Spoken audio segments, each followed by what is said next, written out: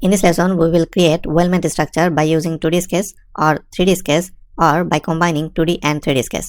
There are two layouts are showing here, both are exactly same. This is layout 1 folder, which is this layout, and this is layout 2, which is this layout. Go inside layout 1. We have 3 sketches here. Select sketch 1. You can see this is a 2D sketch, which is this sketch. It's highlighted here.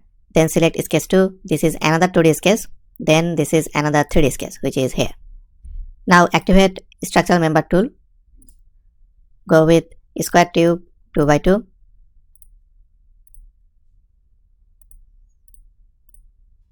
Now create another group.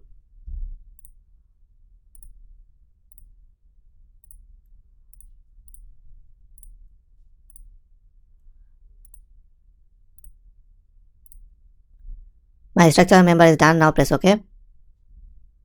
And this is end result. One nice thing you can see here, if you create a layout by using 2D sketch or 3D sketch, at the end you will be able to use all of them together, which I did here. Now go inside layout 2. Here you can see this is just only one 3D sketch. Create another structure. I'll create exactly same structure like before.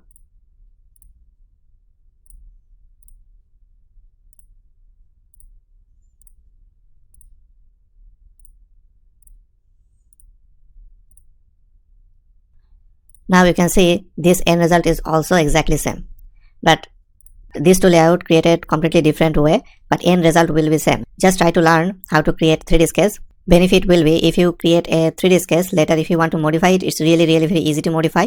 But if you want to modify this layout 1, it will be little bit complicated, as well as it will kill your time. So that's why always try to create a 3D sketch.